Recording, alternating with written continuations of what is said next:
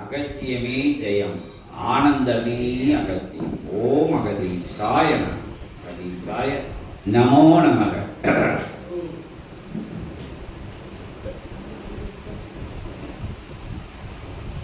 சிவபெருமான் பேசுறதை பார்க்க முடியாது. ஏன்னா அங்கே சிவபெருமான் இந்த அளவுக்கு ஆசை சொல்லிக்கிட்டு இருப்பாரா அப்படிங்கிறதுனா கற்பனைகளோடு நினச்சி பார்க்க முடியாது. அவரை சிவபெருமானை சுற்றி கோடான கோடி கணங்களெல்லாம் ஒரு வார்த்தைக்காக ஒரு பார்வைக்காக கண்ணை திறந்து பார்க்கும்போது சூட்சமாச்சு தான் அங்கே நடக்கும். கண்ணை திறந்து பார்க்க மாட்டாருன்னு கணங்கள்லாம் உட்காந்துக்கிட்டு இருக்கும். தேவர்கள் சித்தர்களெல்லாம் உட்காந்துக்கிட்டு இருப்பாங்க. எப்போ அகத்திய இப்போ சிவபெருமான் ஒன்று கண்ணை திறந்து பார்ப்பாரு. என்னத்தை சொல்லலாம், பிரபஞ்சத்தை பற்றி என்னத்தை பேசலாம் அப்படின்னு எல்லாம் அங்கே சூட்சமாச்சு. ஆனால் இங்கே சிவபெருமான் எவ்வளவு எளிமையாக மனித நிலையில் அமர்ந்து நம்மளையெல்லாம் ஒரு ஒரு பொருட்டாக நினச்சி சொல்லக்கூடிய நிலை. ஆற்றலையெல்லாம் ஒன்றா சேர்த்து ஏன் கர்ஜனை பண்ணி சொல்லணும் அப்படின்னு யோசனை பண்ணி பாருங்க. நீங்கள் மாறும்போது தான் யுகம் மாறும் அப்படிங்கிற ஒரே காரணம் தான், வேற ஒன்றுக்காகவும் இல்லை. மாறணும், மாறி ஆகணும் அப்படிங்கிற நிலை. மயக்கம் தீரன்னா மாறணும். எல்லா விஷயங்களும் வேண்டி வந்த எல்லாரும் இங்கே வேண்டி வந்த நிலை தான். இப்போ ஞான தேடல் உள்ளவங்க, தன்னை அறியணும் அப்படின்னு வந்தவங்க 1-2 பேர் இருப்பாங்க. கூட்டத்தில் தேடி கண்டுபிடிக்கணும். ஆனால் எல்லாரும் ஏதோ ஒரு வேண்டுதல், ஏதோ ஒரு பெறுதல், ஏதோ ஒரு துன்ப துயரம் நிலையிலிருந்து வெளியே வரக்கூடிய நிலைகள். இந்த நிலைகளுக்கெல்லாம் காரணம் என்னன்னு சொல்லியாச்சு. இதெல்லாம் ஒன்னால் கொடுக்கப்பட்டது, ஒன்னால் மட்டும் கொடுக்கப்பட்டது அப்படின்னு சொல்லியாச்சு. நன்றும் தீதும் ஒன்னால் மட்டும் அப்படிங்கிற தெளிவா சித்தர்கள் சொல்லியிருக்காங்க. அதை மாறி மாறி சொல்லிக்கிட்டு இருக்கோம். அதை களை எடுக்கிற இடம் இது. அதுக்கு தன்னை மறக்கணும், தன்னை இழக்கணும். இப்படி பரந்தாமன் சொன்ன மாதிரி சச்சங்கம் வரைக்கும் யாரு எந்த வேற்றுமாற்று எப்பவுமே சிவசபைக்கு வந்துட்டாலே தேவையில்லாத விஷயங்களா சொல்லப்படுற விஷயங்கள் என்னென்ன விஷயங்கள்னு உங்களுக்கு தெரியும். அதாவது இறை நிலையில உள்ளவங்க, இறையை தேடி நிற்கிறவங்க, இறையோட அனுக்கிரகத்தை பெறணும்னு நிற்கிறவங்க, இடர் இன்னல் போகணும், எனக்கு இந்த நிலை மாறணும், முன்னேற்ற நிலை வரணும், பிள்ளைகள் படிக்கணும், பெரியவங்களை ஆகணும், நல்லதா தெரிஞ்சுக்கிடணும், அவங்களும் இடர் இல்லாமல் இருக்கணும் அப்படின்னா அவங்களுக்கும் கலையை கற்றுக் கொடுக்கணும். இறைதான் கலையை கற்றுக் கொடுத்திருக்காரு. இறையா கலையா இருக்காரு. இறை கலையா இருக்காரு. வாழ தெரிஞ்சவங்க இறையாளர்கள். இறைவன் வாழ தெரிஞ்ச நிலையில வாழ்ந்துகிட்டு இருக்கக்கூடிய, அதை பார்த்து சித்தர்கள் வாழ்ந்தாங்க. அதை பார்த்து ஞானிகள் மகான்கள் எல்லாம் வாழ்ந்துகிட்டு இருக்காங்க. எப்படி வாழணும் அப்படின்னு, எப்படி வாழ்ந்தா தப்பிக்க முடியும், எப்படி வாழ்ந்தா வாழ முடியும் நிம்மதியா, ஆனந்தமா, சந்தோஷமா, இடர்கள் இல்லாது, இன்னல்கள் இல்லாது, துன்பங்கள் இல்லாது, துயரங்கள் இல்லாது வாழணும்னா என்ன செய்யணும் அப்படிங்கிற விஷயத்தை தான் அங்கே சொல்லி கொடுத்துருவது. ஒன்றும் எங்கேயோ யுகத்தை மாற்றணும்னா கம்பி கடப்பார எல்லா ஆயுத நிலைகளையும் எடுத்துக்கிட்டு பின்னாடி சித்த சபையில் காலையை கட்டிட்டு பின்னாடியே வாங்க அப்படின்னு சொல்லப்படலை. என்ன வாழும் கலை, வாழும் முறை, உங்களை கலை எடுங்க, உங்களுக்குள்ள கலை எடுங்க அப்படின்னு தான் சொல்லப்படுது. உங்களுக்குள்ள களை எடுக்கணும்ல. இப்போ தோட்டத்தில் களை எடுக்க, காட்டில் களை எடுக்க, செடி பக்கத்தில் அது இருந்துடக்கூடாது, இது இருந்துடக்கூடாது. அங்கே முளைச்சிருக்கு, இங்கே முளைச்சிருக்கு, அவன் தோட்டம் நல்லா வச்சிருக்கான், அவன் காடு நல்லா வச்சிருக்கான், 2வது உரம் போட்டுட்டான், அதை செஞ்சுட்டான், மருந்து அடிச்சுட்டான், இதை செஞ்சுட்டான், அதை செஞ்சுட்டான். விவசாயிகளுக்கு மட்டும் இல்லை, எல்லாருக்கும் சொல்லப்படுது. அப்படின்னு நம்ம எல்லா விவசாயிகளும் அங்கே கூடி இருக்கிறதுனால அதையே வச்சு பேசக்கூடிய நிலை. அப்போ உனக்குள்ள களை முளைச்சிருக்க, அதை யாரு அதை அறுப்பா, யாரு அதை பிடுங்கி எறிவா, யார் அதை வேற இருப்பா? நம்ம தானே களை எடுக்கணும், வேற ஆளுக்கு பிடுங்கி எறிய முடியாதுல்ல. அவன் தான் தூரோட பிடுங்கி எரிஞ்சிருவான், பிரபஞ்சம் தான் தூரோட பிடுங்கி எரிஞ்சிரும். அப்போதான் நிம்மதி எல்லாம் போயிடுது. அப்போ கலையை எடுக்க பழகிக்கணும். கலை எங்க முளைக்கி? நம்ம சிந்தைக்குள்ளதான் முளைக்கி. வேற்று மாற்று நிலைகள், வேறுபட்ட மாறுபட்ட நிலைகள், வேற்று மாற்று எண்ண நிலைகள், போட்டி பொறாமைகள், வஞ்சகம், சூழ்ச்சி, நம்ம எல்லாரையும் சொல்லுதணும். ஆனா நமக்குள்ள மாற்றத்தை நம்ம மாற்றி வைக்க மாட்டோம். அதுதான் இந்த சித்தர்கள், ஞானிகள், யோகிகள், மகான்கள் மீண்டும் சொல்றாங்க. உன்னை பாரு, உன்னை மட்டும் பாரு. நீ அடுத்தவனை பார்க்க, ஏன் அடுத்த வீட்டை பார்க்க? இங்க 1008 பிரச்சனைகள் இருக்கும். அங்க அது நடந்துச்சான், இங்க அது நடந்துச்சான், அங்க அப்படி நடந்துச்சான், இங்க இப்படி நடந்துச்சான். அவளுக்கு பிரச்சனை வந்துருச்சான், இவளுக்கு பிரச்சனை வந்துருச்சான். அவளுக்கு ஆக்சிடென்ட் ஆயிடுச்சான், இவங்க லாஸ் ஆகிட்டானா, இவன் ரொம்ப போயிட்டானா, அவன் ஓடி போயிட்டானா, இவன் ஓடி போயிட்டானா. இதெல்லாம் பிரபஞ்சத்துல அன்றாட அவங்கவுங்க கர்ம வினைகளுக்கு ஏற்ப நடக்கக்கூடிய விஷயங்கள். அதை உன் வீட்டில் நீ சாப்பாடா எடுக்கும்போது, சாப்பாடு அதே சாப்பிட்டா என்ன செய்யும்? அதுதான் உனக்குள்ள உருவாகும். அப்ப அங்க உருவாயிருந்த அதை சாப்பிட்டா புண்ணியத்தை சாப்பிடணும், நல்ல விஷயங்களை சாப்பிடணும், நல்லதை பார்க்கணும், நல்லதை கேட்கணும். கெட்டதையே பார்த்து, கெட்டதையே சாப்பிட்டு, கெட்டதையே எல்லாரும் செய்தாங்கன்னு நம்ம ஒன்றும் செய்யக்கூடாது அப்படிங்கிற ஆட்டோமேட்டிக்காக நம்மகிட்ட இருக்கக்கூடிய இயல்பா, நம்மகிட்ட இருக்கக்கூடிய சூட்சமா, நம்மகிட்ட இருக்கக்கூடிய நிலைகள் எல்லாம் மாறும். மாறி ஆகணும், மாறித்தான் ஆகணும். மாறி ஆனால்தான் எல்லா விஷயங்களும் உயர் சூட்சமத்தை உயர்வா சொல்லி கொடுக்குற இடம். கோயிலுக்கு போயிட்டு வந்தாச்சு, மாரியம்மன் கோயிலுக்கு போயிட்டு வந்தாச்சு, அங்க திருச்செந்தூர் போயிட்டு வந்தாச்சு, கடல்ல குளிச்சுட்டு வந்தாச்சு, எல்லாம் செஞ்சுட்டு வந்தாச்சு. வீட்டில் ஆரம்பிச்சாச்சு, அடுத்தவங்க பிராணத்தை ஆரம்பிச்சாச்சு, அடுத்தவங்க வாழ்க்கையை விட்டு நோக்க ஆரம்பிச்சாச்சு. போயிட்டு வந்த பிறகு என்ன பெயிண்ட் மாத்திட்டாங்க அப்படின்னு வந்த உடனே எப்படி மாத்தினா? துட்டு எங்கிருந்து வந்தது? கடத்துல இருக்காங்க, எப்படி பெயிண்ட் மாத்தினாங்க? வீடெல்லாம் வேலை பார்த்துருக்கு, வானக்கால் தோண்டிட்டானா அப்படிங்கிறது. அப்ப எப்படியும் வானக்கால் தோண்டிடுவாங்க, பிரபஞ்சம் தோண்டிடும். வந்தையா, கடல்ல குளிச்சையா, காசிக்கு போனையா, குடிச்சிட்டு நிம்மதியை பாவத்தை தீர்த்ததாவே வச்சுக்கிட்டோம். பாவைக்காயை கொண்டு எத்தனை இடத்துல முக்கினாலும் கசக்கத்தான் செய்யணும் ஒரு ஞானி சொன்ன நிலை. ஞானியை போய் வாங்கன்னு கூப்பிட்டுருக்காங்க, டூருக்கு வாங்க போவோம், இந்த நதியெல்லாம் போய் நீராடும், இன்ன எல்லைகளுக்கெல்லாம் போயிட்டு வரணும், நீங்க வாங்க அப்படின்னு சொன்ன உடனே எனக்கு வர்றவங்களுக்கு போதனைகள் பண்ணணும். எனக்கு அந்த விஷயம் இருக்கு, இந்த விஷயம் இருக்கு, நான் அவ்வளவு தூரம் நடந்து போயிட்டு வரதுக்குள்ள என்னை நம்பி வர்றவங்களுக்கு நான் தொண்டு செய்ய முடியாதுன்னு எவ்வளவோ சொல்லி பார்த்துருக்காங்க. நீங்க தொண்டு செய்யணும்னா நீங்க புண்ணியம் அடையணும், நீங்க வாங்கன்னு கையை பிடிச்சி காலை பிடிச்சி மல்லாக்க போட்டு இழுக்கிறது ஒரு குறையா இழுத்துருக்காங்க. இவங்கிட்ட இருக்கு தப்பிக்கிறதுக்கு என்னடா வழின்னு பார்த்து ஒரு பாவக்காயை ஒரு குத்து அள்ளி கொடுத்து, எனக்கு பதில் இதை போய் கொண்டு வாங்க, என் ஆற்றலை எல்லாம் இது கூட விட்டுட்டேன் நான், நீங்க போய் இதை போய் முக்கிட்டு வாங்க, ஆனால் பார்த்துக்கிடலாம் அப்படின்னு சொல்லி பாவக்காயை கொடுத்து அனுப்பிச்சிட்டாரு. அவங்களும் அதையும் ஒரு முட்டாள் கூட்டம் நம்பி தோட்டத்தை சுமந்துட்டு போயிருக்கு. இவங்களை சுமந்துட்டு போனாதுன்னு அதையும் சுமந்துட்டு போய் முக்கி எடுத்துட்டாங்க. சித்தர் சொன்னார், ஞானி சொன்னார், மகான் சொன்னார், அவர் இதுக்குள்ளதான் இருக்காருன்னு முக்கி எடுத்து அது கொண்டு கொடுத்துருக்காங்க. ஆளு கொஞ்சம் நறுக்கி கொடுத்து சாப்பிட்டு சொல்லிட்டாரு. கசக்குன்னு இருக்காங்க. ஏன் இவ்வளவு விஷயம் தண்ணியில தான் இந்த முக்குனைய அங்கெல்லாம் போய் நீராடி இன்னும் பார்த்து பாரு, அது அதோட தன்மை அது மாறலை அப்படின்னோன்னா அதே மாதிரி தாண்டா நீங்களும் அங்கே இங்கே போய் குளிச்சாப்புல மாறாது, அதோட தன்மை அது மாதிரி தான் இருக்குன்னு சொல்லி அவர் போதனை நிகழ்த்தியிருக்காரு. அது மாதிரி அங்கே போயிட்டு இங்கே போயிட்டு அங்கெல்லாம் போயாச்சு, தங்கத்தேர் எழுத்தாச்சு, என் மகன் வந்தான், வெளிநாட்டிலேருந்து துட்டு அனுப்பினான், போய் அப்படி செஞ்சிட்டோம் இப்படி செஞ்சிட்டோம், எல்லாம் செஞ்ச, உனக்குள்ள என்ன செஞ்ச? அதான் கேள்வி. எல்லாம் செஞ்ச வச்ச, அது அங்கே கெட்டின அங்கே போயிடுச்சு, இங்கே கொடுத்த இங்கே போயிடுச்சு, எங்கேயோ கொடுத்த எங்கே போயிடுச்சு, நீ பட்டுச்சு அதை எடுத்து கெட்டிக்கிட்ட, உன் குடும்பத்துக்கெல்லாம் எடுத்து கொடுத்துட்ட, கடவுளுக்கு என்ன கொடுத்த? ஒன்றும் கொடுக்கல. போய் கும்பிட்டுட்டு வந்த, செஞ்ச. கடவுள் கொடுக்கணும்னா பிரபஞ்சத்துக்கு நீ கொடுக்கணும். எத்தனை அன்னதானம் போட்ட, யாருக்கு உதவி பண்ண, எந்த அனாத ஆசிரமங்களுக்கு கொடுத்த, எத்தனை பிள்ளை அம்மா அப்பா இல்லாமல் இருக்காங்கலாம் போய் பார்த்தியா நீ, செஞ்ச நீ. லட்ச ரூபா, 2 லட்சம், 3 லட்சம் நன்கடை கொடுத்தோம், அன்னதானத்துக்கு கொடுத்தோம். எங்கள் குடும்ப பேர், எங்கள் வகையாறு போட்டு இன்சியல் போட்டு அடிச்சாச்சு அப்படின்னு சொல்லுதாங்க.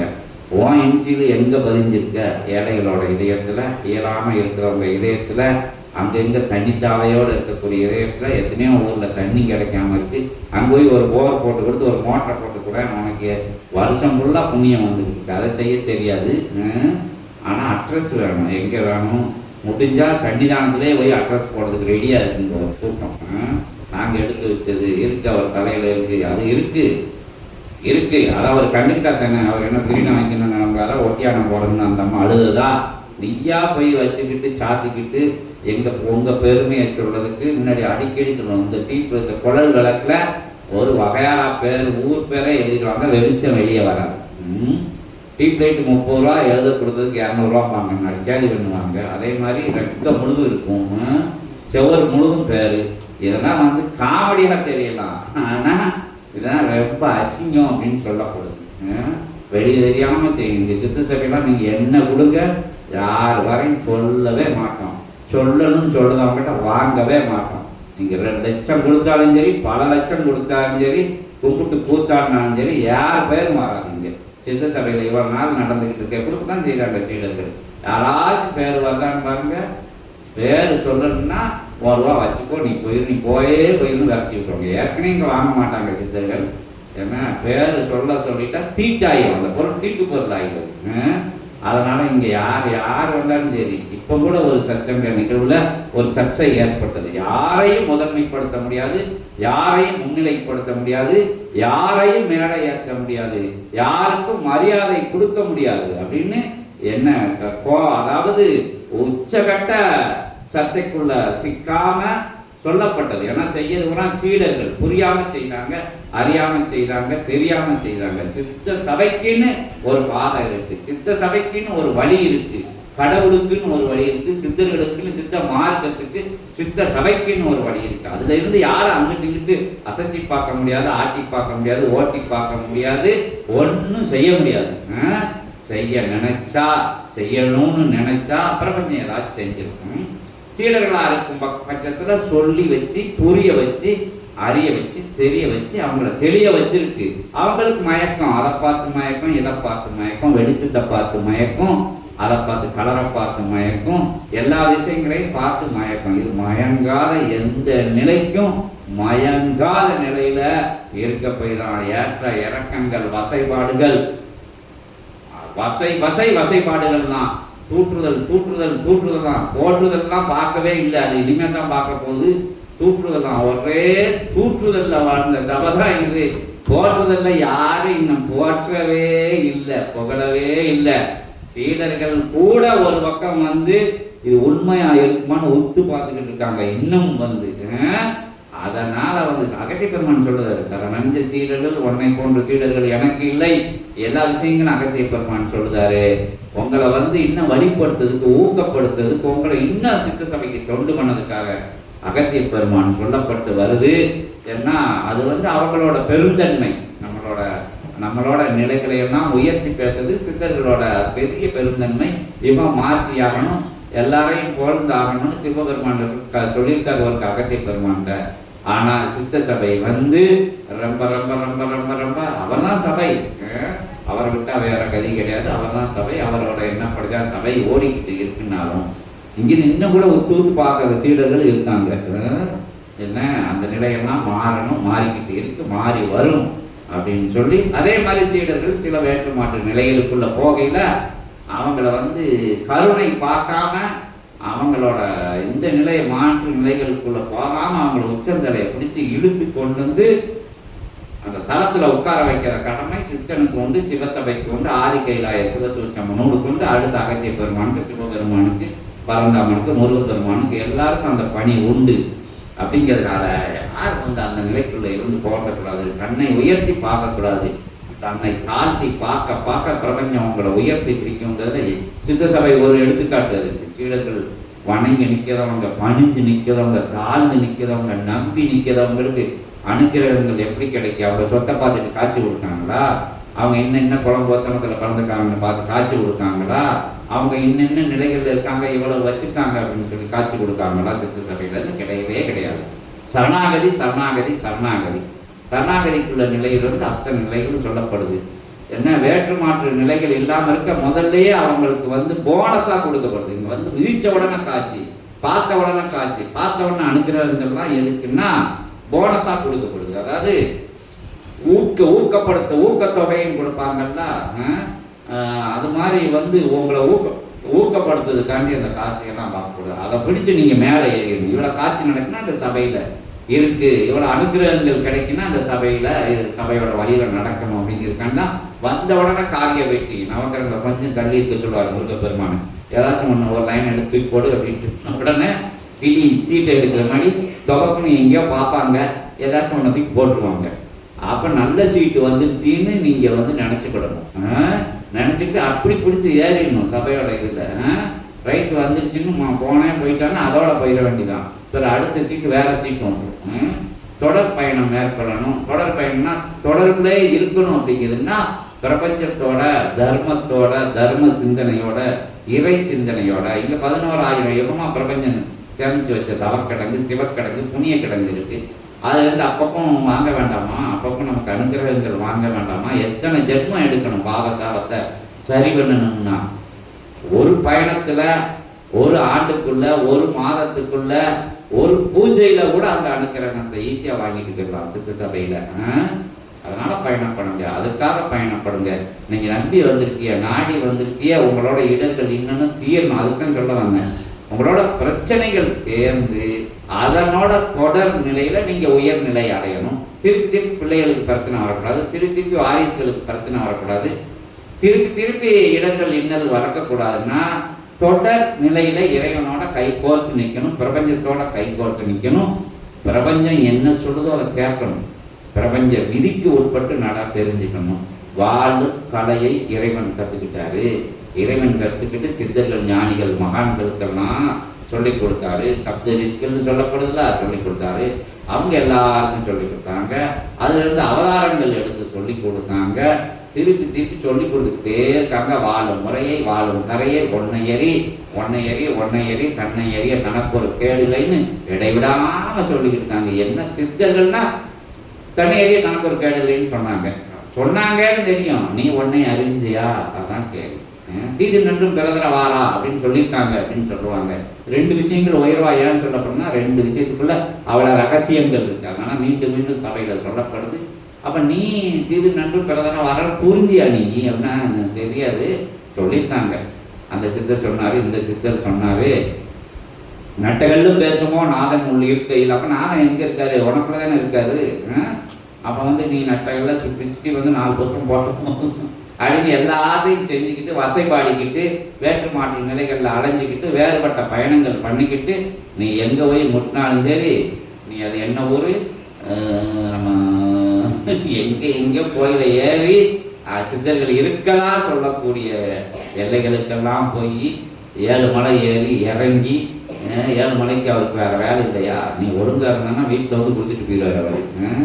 என்ன அங்கே ஏறி இங்கே ஏறி தவிச்சு போய் அங்கே போய் இங்கே போய் இதெல்லாம் சித்தர்கள் செய்ய சொல்லல.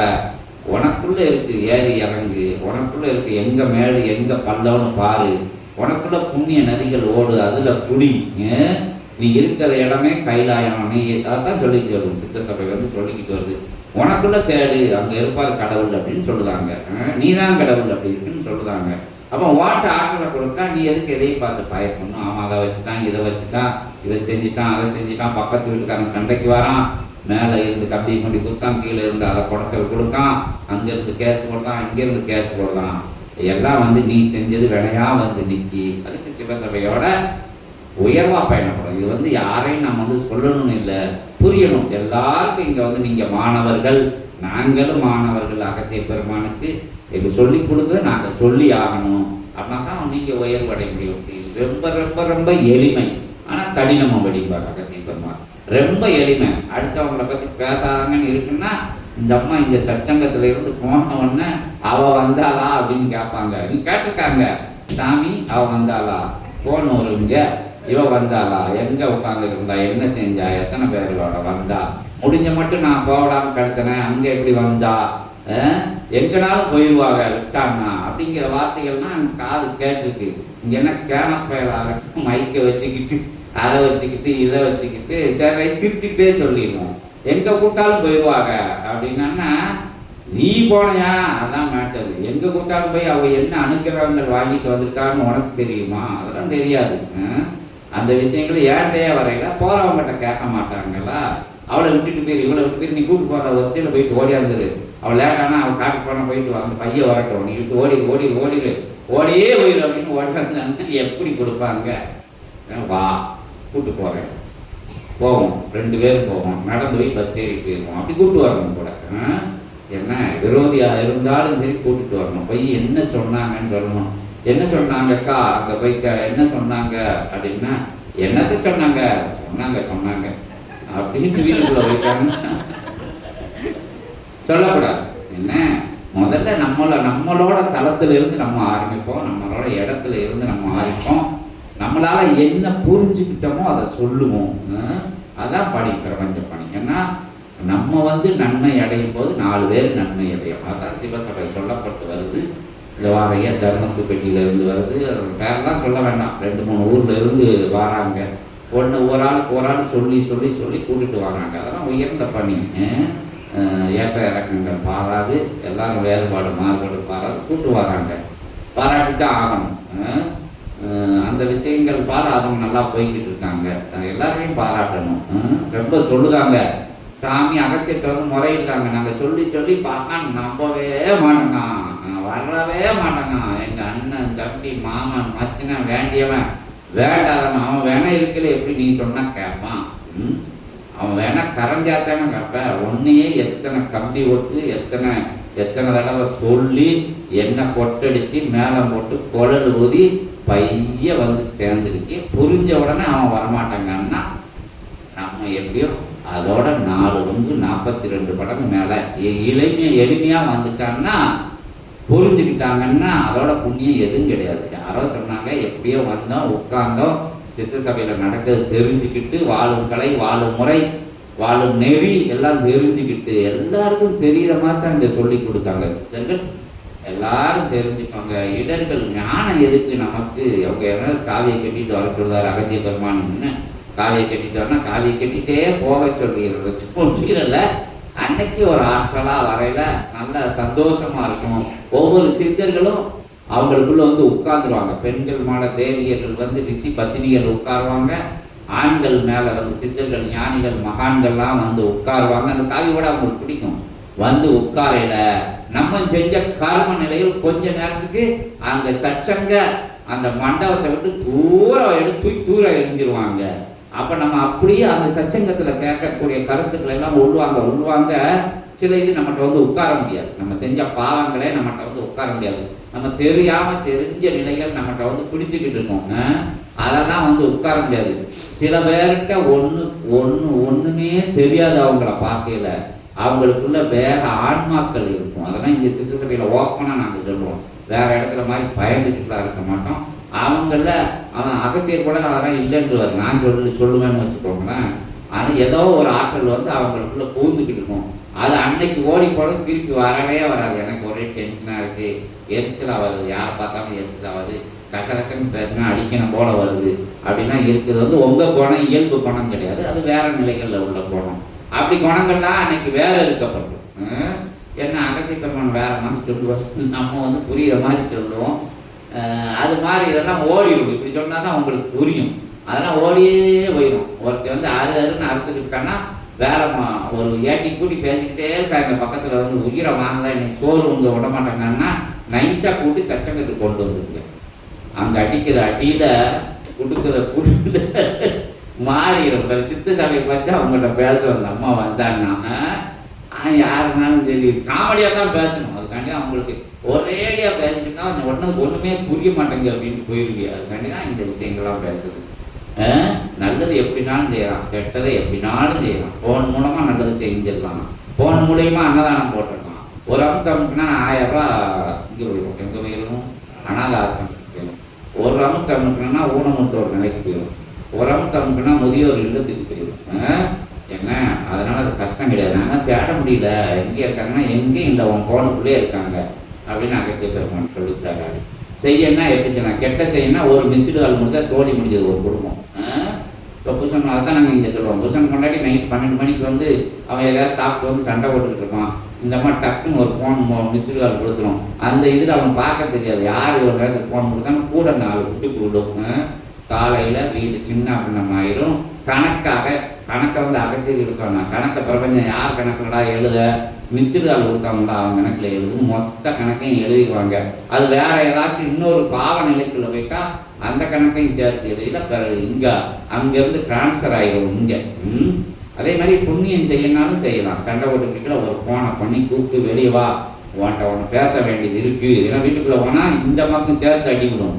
அப்போ என்ன செய்ய, ஃபோனை போட்டு வெளியே வானா இந்த அம்மா வெளியே வந்துடும். அரை மணி நேரம் பேசிட்டு விட்டான்னா அதுக்குள்ளே அவன் தூங்கிடுவான், இந்த அம்மா தப்பிச்சிடும். புரியுதா? எப்படி வேணாலும் புண்ணியம் பண்ணலாம், எப்படி வேணாலும் பாவம் பண்ணலாம். ஒரு கிளாஸ் தண்ணியை கொடுத்து நல்லா சுயநலம் இல்லாமல் இழுத்துட்டு கிடைக்கல, ஒரு கிளாஸ் தண்ணியை கொடுத்து காப்பாற்றவும் செய்யலாம், ஒரு கிளாஸ் தண்ணியை கொடுத்து முடிச்சிடவும் செய்யலாம். என்ன நான் தண்ணி தானே குடித்தேன் அப்படின்னு உனக்கு தெரியும். தண்ணி கொடுத்தா அவன் போயிடுவான்னு தெரியும். அதுக்காண்டே நீ தண்ணி குடித்த. தண்ணி குடித்தா அவன் அங்கே குடிக்க விட மாட்டான். தண்ணியெல்லாம் கொடுக்காத, அவன் பிரச்சனையில் இருக்கான், முகத்தில் அடிக்காத, அதெல்லாம் செய்யக்கூடாது. சோடா வாட்டம் சோடா வாட்டம் சோடா வாட்டம்மா, சோடா வாட்டத்துக்குள்ள போயிடுவாங்க இவங்க. என்ன எப்படினாலும் பாவத்தையும் புண்ணியம் செய்யலாம் அப்படின்னு நைஸாக இருந்துக்கிறோம். ஒருத்தர் பார்க்கல, இந்த பிரபஞ்சம் பார்த்துக்கிடுச்சுன்னு அவனுக்கு தெரியாது, எழுதிடுவாங்கல்ல கணக்கில். அப்புறம் அதே மாதிரி நீ தண்ணி இல்லாமல் என் கரும்பு பைக்கில் போவ, வாய்க்காலுக்குள்ள மல்லாக கிடப்ப, ஒருத்தருமே வரமாட்டான். நல்ல பிஸியான ரோடாக இருக்கான். நீ விழுந்த நேரம் பார்த்து, உன் பையன் விழுந்த நேரம் பார்த்து, உன் பொண்ணு விழுந்த நேரம் பார்த்து எவருமே அந்த பக்கம் போக மாட்டான். போனாலும் பிடிச்சிட்டு கிடக்கான். எதுக்கிட்ட போலீஸ் கேஸ் ரொம்ப போய்கிட்டே இருப்பாங்க. என்ன அதனால் பிரபஞ்சத்துக்கு செஞ்சால் கட்டாயம் செஞ்சிடும். அதனால் நல்ல விஷயங்களை நம்ம செய்யணும். வந்தவங்கள் இங்கே பிரதானமாக ஏற்றுக்கிறது சபை. வணங்கி நிற்க யார் வந்தாலும் சரி வணங்கி வணங்கி வரவேற்கு சபை. மாறணும் மாறணும் மாறணும் அப்படின்னு மாறி மாறி மாறி சித்தர்கள் தேவர்கள் எதுக்கு பேசுகிறாங்க உங்களை பார்த்து. அதாவது இந்த இதில் சொல்லுவாங்க, இந்த ஒரு டீ கடை இதில் சொல்லுவாங்க, ஒருத்தருமே இருக்க மாட்டாங்க, அவன் டீயை ஆற்றிக்கிட்டே இருப்பான். யாருமே இல்லாத இடத்துல யாருக்குடா டீயா இருக்குது அப்படிம்பாங்க. இங்கே யாருமே இல்லாட்டாலும் அகத்திய பெருமான் டீயை ஆற்றிக்கிட்டே இருப்பாரு. ஒருத்தருனா நாங்கள் 2 பேரும் குடிச்சுக்கிடுவோம், வந்தவங்க குடிச்சுக்கிடுவாங்க. என்ன இதில் பார்க்கறவங்க குடிச்சுக்கிடுவாங்க டீயை. அதனால் யாருமே இல்லாமன்ட்டு நூல் உறங்காது. நூல் வந்து சொல்லிக்கிட்டே தான் இருக்கோம். இங்கெல்லாம் ஆளே இல்லாட்டாலும் நாங்கள் சொல்லி போட்டு விட்டுருவோம். அங்கே இருப்பாங்க, அங்கே கேட்கறவங்க இருப்பாங்க, பல எல்லைகள் இருப்பாங்க, பல லோகங்கள் இருக்காங்க. சித்த சபையில் பேசுகிற கேட்கறதுக்கு பல பரிமாணங்கள்ல இருக்காங்க கேட்கறதுக்கு. அவங்களுக்காக சொற்பொழிவு நடக்கப்படுது. உங்களுக்கு சொன்னால் உங்களுக்கு மட்டும் சொல்றதில்லை, ஆன்மாக்கள்லாம் வந்து உட்கார்ந்துருக்கீங்க. முக்திகதி மோட்சகதி நற்கதி வந்து ஆன்மாக்கள்லாம் பார்த்துக்கிட்டு இருக்கு. 14 லோகங்கள்லையும் இருந்த ஆன்மாக்கள் வந்துருக்கு. உங்கள் சொந்தக்காரங்கள்லாம் வந்து உட்கார்ந்துக்கிட்டு இருக்காங்க. அவங்க சச்சங்கத்தை பார்த்துக்கிட்டாங்க. உங்கள் குலதெய்வம் வந்து சச்சங்கத்தை கேட்டுக்கிட்டு இருக்கு.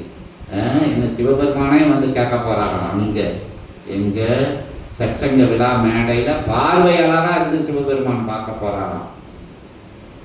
அப்போ வந்து இங்கே இருக்க மாட்டாங்களா? இங்கே 14 லோகங்களும் அகத்திய பெருமான் பார்த்ததையும் வாழை சித்தர் பேசுறதையும் எல்லாம் நீங்கள் பதில் சொல்றதையும் கூட கேட்டுக்கிட்டு இருக்காங்க. எந்த அளவுக்கு யுக மாற்றத்துக்கு சீடர்கள் தயாராகிட்டாங்க, அவங்களுக்குள்ள இருந்து என்ன கேள்விகள் கேட்காங்க, என்னமான புரிதல் இருக்கு மக்கள்கிட்ட அப்படிங்கிற விஷயத்தெல்லாம் கவனிச்சுக்கிட்டு இருக்கு ஜனங்கள்.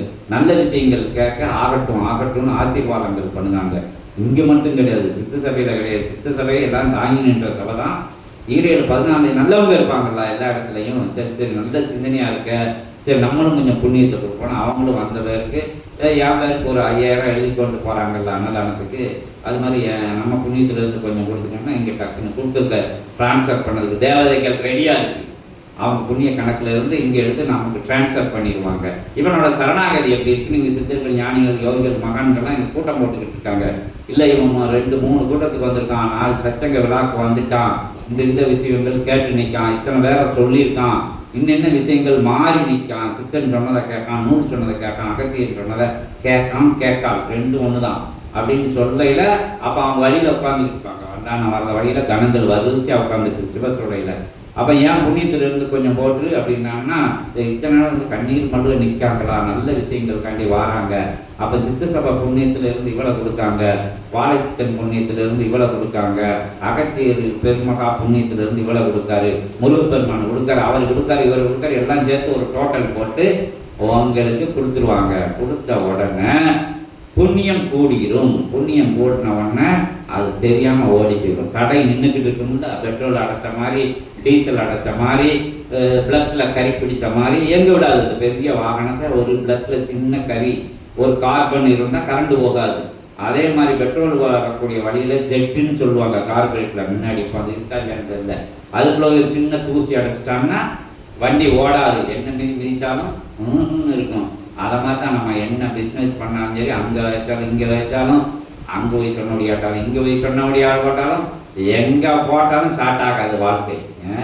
அந்த கர்மாங்கிற விஷயத்தை எடுத்து விட்டுட்டாங்கன்னா அழகாக ஓடும். எத்தனை பேரை வச்சுனாலும் சுமந்துட்டு ஓடும். என்ன ஒரு பஸ்ஸுக்கும் அப்படித்தான், ஒரு காருக்கும் அப்படித்தான், ரயிலு கூட அப்படித்தான். எங்கேயாச்சும் ஒரு இடத்துல சின்ன அடப்பு, கர்மாங்கிற அடப்பு. அது மாதிரி தான் ஒரு குடும்ப தலைவனுக்கு, ஒரு வகையாளர்களோட தலைவனுக்கு எப்பவுமே ரொம்ப ரொம்ப பிரச்சனைக்குள்ளாகுது. எங்கள் வளசலே கெட்டு போச்சு, பிரச்சனையாக வருது அப்படிங்கிறது எங்கேயாச்சும் ஒரு நிலையை, ஒரு பாவ நிலை அடைப்பிருக்கும். அதை எடுத்து புண்ணிய நிலையில் இருந்தாலும் சித்தர்கள் தேவர்கள் கூட அடைப்படுத்தி இருக்கிறோம். மொத்தத்தில் இது ஒரு ஒர்க் ஷாப்பு. என்ன ஒர்க் ஷாப்பு எப்படினாலும் கழட்டி மாட்டுவாங்க. பேட்ஸ் மாற்றுற இடம், service, full service, half service, quarter service, எல்லா சர்வீஸும் இங்கே உண்டு. அவங்களோட சரணாகதிக்கு நிலைக்கு ஏற்ப இங்கே எல்லாம் இப்படி லேசாக திருமுருகன் திரும்பி பார்த்தா நவகிரகங்கள் ஓடி போயிடும்.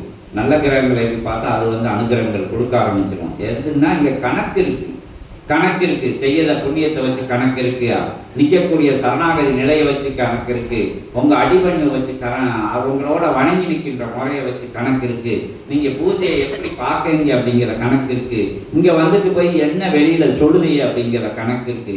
எல்லாத்துக்கும் சித்த சபையில பெரிய பேரேடு இருக்கு. அதுக்குள்ள இருந்து உங்களை பிரபஞ்சம் வழி நடக்குது அப்படிங்கிறது சொல்லி, இது காமெடியா சொல்லப்பட்டாலும் நகைச்சுவையா சொல்லப்பட்டாலும் இது உண்மை உண்மை உண்மை உண்மையை தவிர ஒன்றுமே இல்லை அப்படின்னு சொல்லி அகத்திய பெருமான்ட்ட உயர்ந்த காட்சிகள், ஞான தேடல்கள், ஞான வினாக்கள் எது இருந்தாலும் முதல்ல கேளுங்க. அதற்கு உங்கள் தனிப்பட்ட வினாக்கள் கேட்டுக்கோங்க. உங்களுக்கு எங்களுக்கு இப்படி இருக்கு, இந்த இடர் இருக்கு, துன்பம் இருக்கு, துயரம் இருக்கு, நான் முன்னேற்றம் வேணும், இதெல்லாம் எதுக்கு உங்களுக்கு இது வரைக்கும் சொல்லப்பட்டதுன்னா இதெல்லாம் தெரிஞ்சுக்கிடணும்னு சொல்லப்பட்டது. என்ன குறைகள் இருக்கோ குறைகளை அகத்திய பெருமான்ட்ட கேட்கலாம். இங்க வந்தாவே நீங்க கேட்டாலே குறைகள் எல்லாம் நிவர்த்தி செய்யப்படும்.